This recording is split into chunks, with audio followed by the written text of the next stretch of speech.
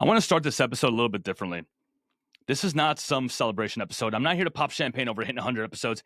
I'm here because I need to speak directly to the man who's listening and feels like his life is slipping through his fingers.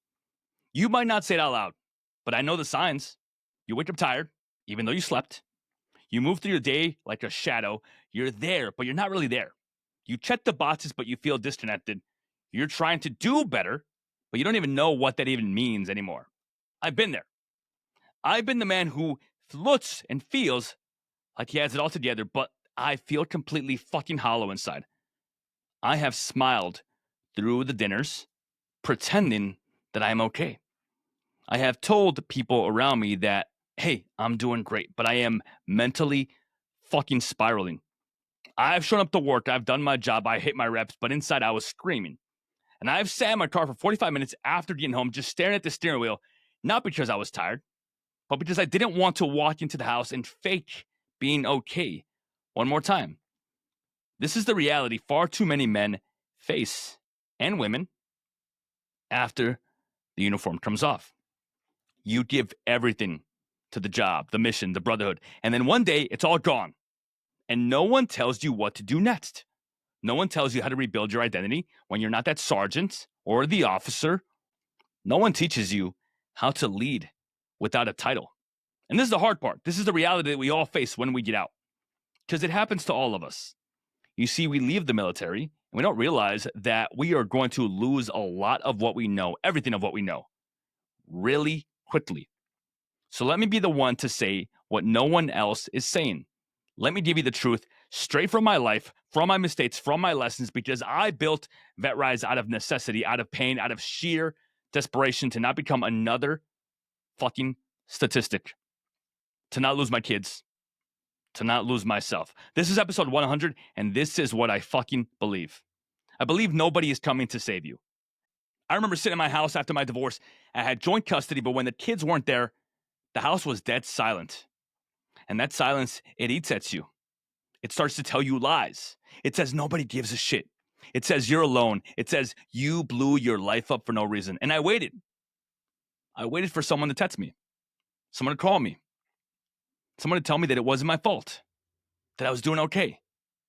But those calls never come, because that's life. Eventually, I had to realize nobody was coming. And that wasn't something to mourn. That was something to accept. Why? Because everyone is living their lives. Everyone has their own shit that they're dealing with. And as much as they want to be there for you, they cannot be there for you 24/7. They don't know because you don't share. And when you accept that nobody is coming, you finally get to stand up and lead yourself. That's when everything shifted for me. I realized that the world doesn't owe me anything. It doesn't owe me healing. It doesn't owe me understanding. And it sure damn doesn't owe me a second chance. So I gave those things to myself. If you're still waiting for someone to pull you out of the fog, you're already fucked. You've got to become the one who saves yourself. And not just for you, for your kids, for your wife, for the people watching you, hoping that you'll lead the way. Because if you can't lead yourself, don't pretend you're a leader at all. I believe discipline beats motivation every single time. And I believe that we need devotion before we can find that discipline. So let's stop lying to ourselves. Motivation is a temporary emotion. It comes and it goes. It is the dopamine spike you get after watching a video on TikTok or scrolling past some badass quotes on social media. It feels good for a second, but it doesn't last.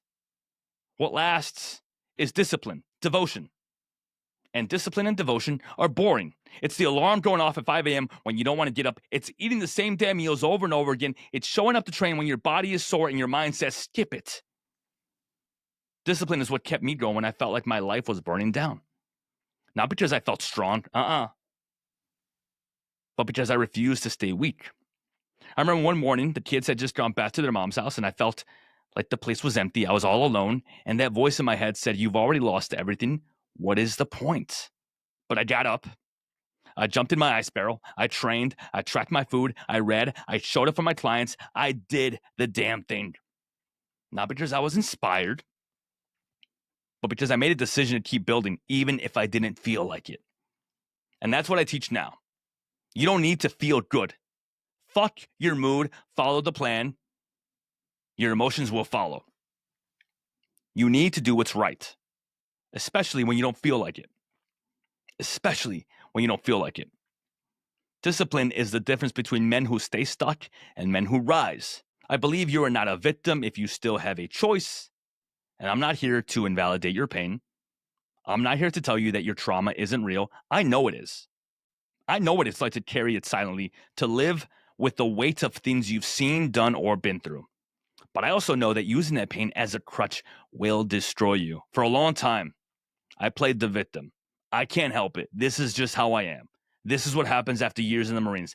This is what PTSD looks like. I used my past as a permission to stay stuck. And then one day, I had to look in the mirror and ask myself, am I really broken or am I just afraid of rebuilding? And that question changed everything. Because the truth is, if you can wake up, if you can move, if you can still think for yourself, you still have the power. You might be hurting, but you're not helpless. You might be struggling, but you're not stuck, unless you choose to be. You can have trauma and still be a leader. That's what makes you a stronger one. You have the experience. I believe structure is freedom. When I left the military, I thought freedom meant doing whatever I wanted. No more orders, no more formation, no more rules. Nobody telling me what to do. But with no rules comes no direction. So I slept in. I skipped meals. I trained inconsistently. My days blurred together. I lost track of what even mattered to me. And then the anxiety crept in. Then the overthinking. Then the shame. And before I knew it, I wasn't free. I was trapped in my own undisciplined mind. That's when I realized freedom doesn't come from having no rules and doing whatever the fuck you want. It comes from building your own. It comes from structure, the morning routine, the workouts, the meals, your priorities, your habits, your routines, the things you actually give a fuck about. That's what creates freedom. Because what you control, you can change. And when you control your time, you control your life. Structure saved me. And I've watched it save hundreds of my clients as well. I believe talk is cheap, but tracking is the proof that you need. If I look at your calendar right now, your habits, your meals, and your sleep time and wake up time, I can tell you everything I need to know about you. You don't need to explain yourself. Just show me the data. Are you sleeping? Are you eating enough? Are you training consistently? Are you journaling? Are you checking in? Are you making sure that you have everything on your calendar that you have to do? Because if it's not there, it's not going to happen. And we both know if you're not tracking it, you're not doing it. I used to tell myself I was being mindful with food. Then I started tracking, and I realized I was under eating by over 500 calories on most days. No wonder my strength sucked. No wonder I was always drained. The truth doesn't lie. The numbers don't lie. Only we do. When we are not ready to face what they will show us. So if you want to go, if you want to actually have a better day-to-day, you have to know what your day is going to look like. Put everything on your calendar. Follow through with it. If you want it to happen, you have to have it on your calendar. It is the most honest conversation that you will have with yourself when you realize that you do not have everything that you want to do on your calendar. So let me tell you what I see happening every single week. Sometimes with my own clients, sometimes with the people that DM me, sometimes just in the guys I run into in the gym. They say they want purpose, but they don't do a damn thing to build it. They sit around scrolling Instagram, watching YouTube, running on distractions, and wondering why nothing in their life feels meaningful. You cannot think your way into purpose. You build it day by day through repetition, through responsibility, through doing hard shit that doesn't give you the instant gratification. If you want to feel like a man again, you start doing things that men do. Show up for yourself. Keep your word. Earn your own respect. They say that they're disciplined, but they haven't added everything to their calendar. They haven't woken up on time. They haven't done the workouts. They haven't stuck to a wake-up routine in months. They confuse remembering with tracking. They confuse busy with effective. They tell themselves they're doing pretty good, but they avoid the mirror and they avoid the scale and they avoid accountability because deep down they know that they're just coasting. They say they're healing, but they haven't done a single hard thing in months. They treat healing like it's something that happens to you in silence, in comfort, in stillness. That is not healing. That's hiding. Real healing requires movement, doing the deep work, going to therapy, doing the things that you don't want to do, that you've been avoiding for a long time. Real healing demands structure. You have to earn your way back into peace. You cannot live in chaos. It is not normal. Just because it was back then doesn't mean that it is now. You have to do the work. And I've done the work. And I will continue to do the work on a daily fucking basis. When I was in my darkest place, therapy helped. But you know what helped me more? Showing up for myself, waking up on time, getting some sun on my face, saying no to people, moving my body when I didn't want to, reading one page of a book even when my brain was foggy, making the bed, calling someone I didn't want to call, and having a conversation that I didn't want to have in the moment. Those little acts of structure became my lifeline in the moment. They say they're leaders, but they've ghosted their own life. They led men in combat, they led missions, they led organizations, platoons, but now they can't lead themselves to drink water, get 8 hours of sleep, or follow through on a promise they made to themselves 3 days ago. Leadership isn't about being in charge. It is about being consistent when nobody is watching. And when they say that nobody understands them, they're the ones who are isolating. They're the ones who ignore calls, they skip workouts, they cancel hangouts, they shut down emotionally, and then they claim that no one gets them. I'm calling it what it is. Emotional cowardice. I know because I did the same thing. I thought that shutting down made me strong. All it made me was numb, angry, and eventually broken. You don't need to suffer in silence to prove you're tough. Strength is vulnerability with discipline. Connection with responsibility. You don't need 100 friends, but you do need to open the door to one. Just one conversation, one mentor, one brother. That's how healing begins. And I'll be honest with you. I didn't start VetRise because I had it all figured out. I did not. I started it because I had to. Because the darkness was catching up with me. Because I was losing the respect of people that I loved. Because I could feel the version of me I swore I'd never become taking over. This brand isn't built on theory. It's built on fucking survival. It's built on the truth that I lived. VetRise exists to give men and women what they're not getting anywhere else. It's not more motivation.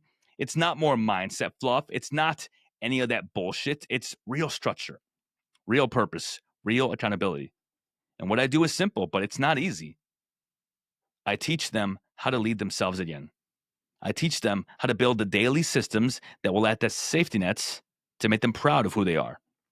I hold up the mirror to what they've been avoiding, and I walk beside them as they rebuild from the inside out, right next to them, not behind them, pushing them up the hill, not in front of them, dragging them up the mountain, next to them, because I've been there. I know what it's like. I want them to have a new standard for what life looks like after the military. I want everybody here to have that new standard. I want you to reject the idea of being a broken veteran. I want you to reject the idea of being a broken person. It's a declaration that just because you served doesn't mean that you have to stop serving. But now you got to serve yourself. You got to serve your family. Now you serve a new mission. So here's what I want to leave you with. This isn't just the 100th episode of the VetRise podcast. This isn't just a manifesto. This is your gut check.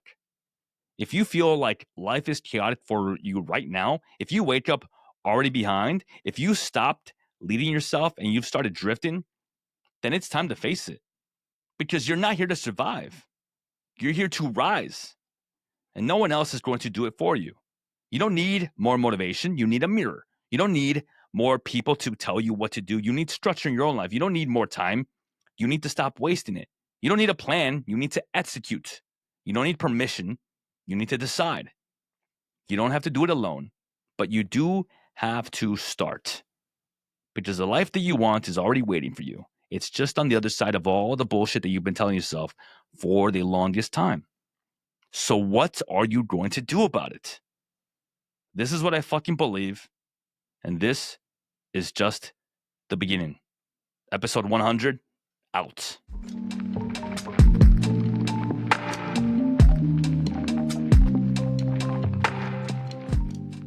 And that brings us to the end of another episode of the VetRise podcast. If today's episode inspired you, made you think, or simply gave you hope, I have a small favor to ask.